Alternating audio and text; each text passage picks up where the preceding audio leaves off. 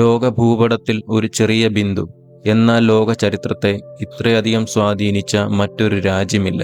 ഇത് ഇസ്രയേൽ. വെറും ഒരു ഭൂപ്രദേശത്തിന്റെ കഥയല്ല ഇത്. ആയിരക്കണക്കിന് വർഷങ്ങളുടെ പോരാട്ടത്തിന്റെയും പലായനത്തിന്റെയും അവിശ്വസനീയമായ അതിജീവനത്തിന്റെയും കഥയാണ്. എങ്ങനെയാണ് ഒരു ജനത 2000 വർഷങ്ങൾക്ക് ശേഷം തങ്ങളുടെ മാതൃഭൂമിയിലേക്ക് മടങ്ങിയെത്തിയത്? അതുപോലെ ഒന്ന് ആലോചിച്ചു നോക്കൂ.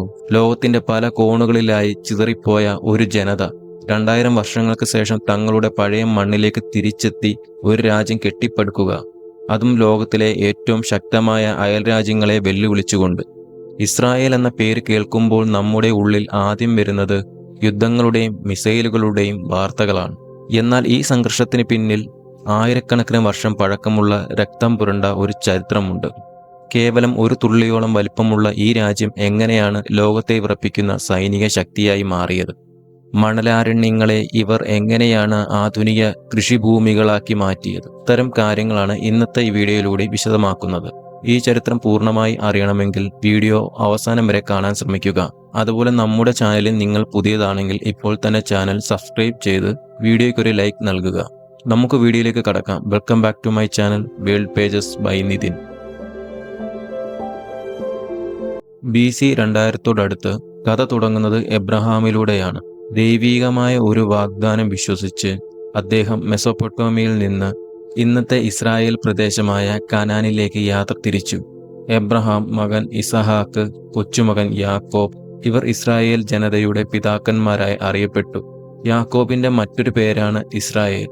കാനാനിലെത്തിയ എബ്രഹാമും കൂട്ടരും കാനാനിലെ കൊടും വരൾച്ച കാരണം അവർ ഈജിപ്തിലേക്ക് കുടിയേറി. എന്നാൽ കാലക്രമേണ അവർ അവിടെ അടിമകളായി മാറി. നീണ്ട 400 വർഷത്തെ അടിമത്തത്തിനു ശേഷം മോശ എന്ന നേതാവിന്റെ കീഴിൽ നിന്ന് അവർ ഈജിപ്തിൽ നിന്ന് മോചിതരായി. ചരിത്രത്തിലെ ഏറ്റവും വലിയ പലായനത്തിലൊന്നാണിത്. ഈ പലായനത്തെ പറയുന്നത് സോഡസ് എന്നാണ്. നീണ്ട 40 വർഷത്തെ മരുഭൂമിയിലെ വാസത്തിനു ശേഷം ജോഷുവയുടെ നേതൃത്വത്തിൽ കാനാനിൽ തിരിച്ചെത്തിയ അവർ അവിടെ ഉണ്ടായിരുന്ന ഗോത്രങ്ങളുമായി യുദ്ധം ചെയ്തു. ഗോത്രങ്ങളുമായുള്ള യുദ്ധങ്ങൾക്കൊടുവിൽ അവർ ആ ഭൂമിയിൽ 12 ഗോത്രങ്ങളായി തങ്ങളുടെ വാസം ഉറപ്പിച്ചു. അങ്ങനെ കുറെ കാലങ്ങൾ കടന്നുപോയി. BC 1000 ഗോത്രങ്ങൾ ഒന്നിച്ചു. ആ സമയത്താണ് ദാവിദ് രാജാവ് ജെറുസലേം പിടിച്ചടക്കി തലസ്ഥാനമാക്കി. അദ്ദേഹത്തിന്റെ മകനായ സോളമൻ രാജാവിന്റെ കാലത്താണ് ഇസ്രായേൽ അതിന്റെ സുവർണ കാലഘട്ടത്തിലേക്ക് എത്തിയത്. അദ്ദേഹം ജെറുസലേമിൽ ചരിത്രപ്രസിദ്ധമായ ആദ്യത്തെ ജൂത ദേവാലയം പണികഴിപ്പിച്ചു. എന്നാൽ ആ പ്രതാപം അധികകാലം നീണ്ടുനിന്നില്ല. സോളമന്റെ മരണശേഷം രാജ്യം രണ്ടായി പിളർന്നു. വടക്ക് 10 ഗോത്രങ്ങൾ ചേർന്ന് ഇസ്രായേൽ എന്ന പേരിലും തെക്ക് ജെറുസലേം ഉൾപ്പെടെയുള്ള പ്രദേശം ജൂഡ എന്ന പേരിലും അറിയപ്പെട്ടു. ഈ വിഭജനം അവരുടെ പതനത്തിന്റെ തുടക്കമായിരുന്നു. BC 722 കരുത്തുറ്റ അസീറിയൻ സാമ്രാജ്യം വടക്കൻ രാജ്യമായ ഇസ്രായേലിനെ ആക്രമിച്ചു കീഴടക്കി. അവിടെ ഉണ്ടായിരുന്ന ജനങ്ങളെ ലോകത്തിന്റെ വിവിധ ഭാഗങ്ങളിലേക്ക് നാടുകടത്തി. ചരിത്രത്തിൽ കാണാതായ 10 ഇസ്രായേൽ ഗോത്രങ്ങൾ എന്ന് ഇവർ അറിയപ്പെടുന്നു. ആ ആക്രമണത്തിൽ തെക്കൻ രാജ്യമായ ജൂഡ മാത്രം അവശേഷിച്ചു. കുറെ നാളുകൾക്ക് ശേഷം BC 586 ജൂഡയ്ക്കും ആ ദുരന്തം നേരിടേണ്ടി വന്നു. ഇന്നത്തെ ഇറാഖിന്റെ മറ്റൊരു പേരായിരുന്നു ബാബിലോണിയ. ബാബിലോണിയൻ രാജാവായ നെബുക്കദ്നേസർ ജെറുസലേം ആക്രമിച്ചു. അവർ 1-ാം ദേവാലയം പൂർണ്ണമായും തകർത്തു. ആയിരക്കണക്കിന് ജൂതന്മാരെ ബാബിലോണിലേക്ക് അടിമകളായി പിടിച്ചുകൊണ്ടുപോയി. ഇത് ചരിത്രത്തിലെ ആദ്യത്തെ മഹാപ്രവാസമായിരുന്നു. എന്നാൽ 70 വർഷങ്ങൾക്ക് ശേഷം ചരിത്രം വഴിമാറി. ബാബിലോണിനെ കീഴടക്കിയ പേർഷ്യൻ രാജാവ് സൈറസ് ജൂതന്മാർക്ക് തങ്ങളുടെ നാട്ടിലേക്ക് മടങ്ങാൻ അനുമതി നൽകി. അവർ ജെറുസലേമിൽ തിരിച്ചെത്തി തകർക്കപ്പെട്ട ദേവാലയത്തിന്റെ സ്ഥാനത്ത് രണ്ടാമതൊരു ദേവാലയം പണികഴിപ്പിച്ചു. BC 332 സാക്ഷാൽ അലക്സാണ്ടർ ചക്രവർത്തി ഇസ്രായേൽ പ്രദേശം കീഴടക്കി. അതോടെ ഗ്രീക്ക് സംസ്കാരം അഥവാ ഹെല്ലനിസം അവിടെ വേരുറപ്പിച്ചു. പല ജൂതന്മാരും ഗ്രീക്ക് രീതിയിലേക്ക് മാറി. ഈ സാംസ്കാരിക സംഘർഷം വലിയൊരു വിപ്ലവത്തിന് വഴിയൊരുക്കി. ജൂതമത വിശ്വാസങ്ങൾക്ക് മേൽ ഗ്രീക്കുകാർ വിലക്കേർപ്പെടുത്തിയപ്പോൾ ജൂഡ മക്കാബിയുടെ നേതൃത്വത്തിൽ ജൂതന്മാർ അതിശക്തമായ ഒരു കലാപം അഴിച്ചുവിട്ടു. BC 164 അവർ ജെറുസലേം തിരിച്ചുപിടിച്ചു. അതിൻ്റെ ഓർമ്മയ്ക്കായാണ് ജൂതന്മാർ ഇന്നും പ്രകാശത്തിന്റെ ഉത്സവമായ ഹനൂക്ക ആഘോഷിക്കുന്നത്. BC 63 ലോകം കണ്ട ഏറ്റവും വലിയ ശക്തിയായ റോമൻ സാമ്രാജ്യം ഈ ഭൂപ്രദേശം കീഴടക്കി. റോമാക്കാരുടെ കീഴിൽ ഹെരോദാവ് രാജാവ് ഭരണം നടത്തി. യേശുക്രിസ്തു ജനിക്കുന്നതും ക്രിസ്തുമതം രൂപപ്പെടുന്നതും ഈ റോമൻ ഭരണകാലത്താണ്. റോമൻ ഭരണത്തിന്റെ ക്രൂരതകൾക്കെതിരെ AD 66 ജൂതന്മാർ വലിയൊരു കലാപം ആരംഭിച്ചു. എന്നാൽ AD 70 റോമൻ സൈന്യം ജെറുസലേം പൂർണ്ണമായും കത്തിച്ചു. അവർ രണ്ടാം ദേവാലയം അഗ്നിക്കിരയാക്കി.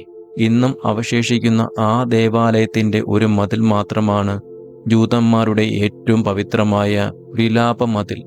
AD 132 bar കോഗ്ബ കലാപവും റോമക്കാർ അടിച്ചമർത്തി. ജൂതന്മാരെ പൂർണ്ണമായും അവിടെ നിന്ന് പുറത്താക്കിയ റോമക്കാർ ആ പ്രദേശത്തിന് പാലസ്തീൻ എന്ന് പേരിട്ടു. അതോടെ 2000 വർഷങ്ങൾ നീണ്ട ജൂതന്മാരുടെ മഹാപ്രവാസം ആരംഭിച്ചു. അവർ ലോകം മുഴുവൻ ചിതറിക്കപ്പെട്ടു. തുടർന്നുള്ള നൂറ്റാണ്ടുകളിൽ ഈ പ്രദേശം പലരുടെയും കൈകളിലായി. ബൈസന്റൈൻ ഭരണത്തിനു ശേഷം 7-ാം നൂറ്റാണ്ടിൽ ഇസ്ലാമിക സാമ്രാജ്യം ഇവിടം കീഴടക്കി. 11-ാം നൂറ്റാണ്ടിൽ ഈ പുണ്യഭൂമി പിടിച്ചെടുക്കാൻ യൂറോപ്പിൽ നിന്ന് ക്രിസ്ത്യൻ സൈന്യം എത്തി. അങ്ങനെ ചരിത്രപ്രസിദ്ധമായ കുരിശ് യുദ്ധങ്ങൾ ഈ മണ്ണ് സാക്ഷ്യം വഹിച്ചു. 1517 മുതൽ കൃത്യം 400 വർഷക്കാലം ഈ പ്രദേശം ഓട്ടോമൻ സാമ്രാജ്യത്തിന്റെ കീഴിലായിരുന്നു. ഈ കാലഘട്ടത്തിൽ അറബികളായ മുസ്ലിങ്ങളും ക്രിസ്ത്യാനികളും ചെറിയൊരു ശതമാനം ജൂതന്മാരും ഇവിടെ സമാധാനപരമായി ജീവിച്ചിരുന്നു. എന്നാൽ ഇതേ സമയം യൂറോപ്പിൽ കാര്യങ്ങൾ മാറുകയായിരുന്നു. 19-ാം നൂറ്റാണ്ടിന്റെ അവസാനം യൂറോപ്പിൽ ജൂതന്മാർക്കെതിരെ അതിക്രമങ്ങൾ വർദ്ധിച്ചു. ഈ പശ്ചാത്തലത്തിൽ തിയോഡർ ഹെർസൽ എന്ന പത്രപ്രവർത്തകൻ ഒരു പുതിയ ആശയം മുന്നോട്ട് വെച്ചു. ജൂതന്മാർക്ക് സ്വന്തമായി ഒരു രാജ്യം വേണം. അത് അവരുടെ സ്വന്തം മണ്ണായ സിയോണിൽ അഥവാ ഇസ്രയേലായിരിക്കണം. ഈ മുന്നേറ്റമാണ് സയോണിസം. സയനിസ്റ്റ് ആശയത്തിന് പ്രചോദിതരായ ലോകത്തിന്റെ പല ഭാഗങ്ങളിൽ നിന്നും ജൂതന്മാർ പാലസ്തീനിലേക്ക് കുടിയേറാൻ തുടങ്ങി. അവർ തരിശായി കിടന്ന ഭൂമി വാങ്ങി കൃഷിയിടങ്ങളാക്കി. എന്നാൽ ഈ കുടിയേറ്റം അവിടെ ഉണ്ടായിരുന്ന അറബ് ജനതയിൽ ആശങ്കകൾ സൃഷ്ടിക്കാൻ തുടങ്ങി.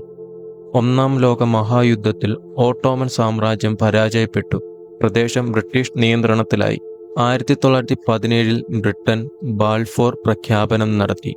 പാലസ്തീനിൽ ജൂതന്മാർക്കൊരു ദേശീയ ഭവനം നിർമ്മിക്കാൻ ബ്രിട്ടൻ പിന്തുണ പ്രഖ്യാപിച്ചു. ഇത് ചരിത്രത്തിലെ ഏറ്റവും വലിയ വഴിത്തിരിവായി. 1920കളിലും 30കളിലും ജൂത കുടിയേറ്റം വൻതോതിൽ വർദ്ധിച്ചു. ഇതോടെ ജൂതന്മാരും അറബികളും തമ്മിലുള്ള സംഘർഷങ്ങൾ രക്തച്ചൊരിച്ചിലേക്ക് മാറി. ഈ പ്രശ്നം എങ്ങനെ പരിഹരിക്കണമെന്നറിയാതെ ബ്രിട്ടൻ കുഴഞ്ഞു. 2-ാം ലോക മഹായുദ്ധക്കാലത്ത് ഹിറ്റ്ലറുടെ നേതൃത്വത്തിൽ യൂറോപ്പിൽ നടന്നത് സമാനതകളില്ലാത്ത ക്രൂരതകളായിരുന്നു. 6 ദശലക്ഷം എന്നുവെച്ചാൽ 60 ലക്ഷം.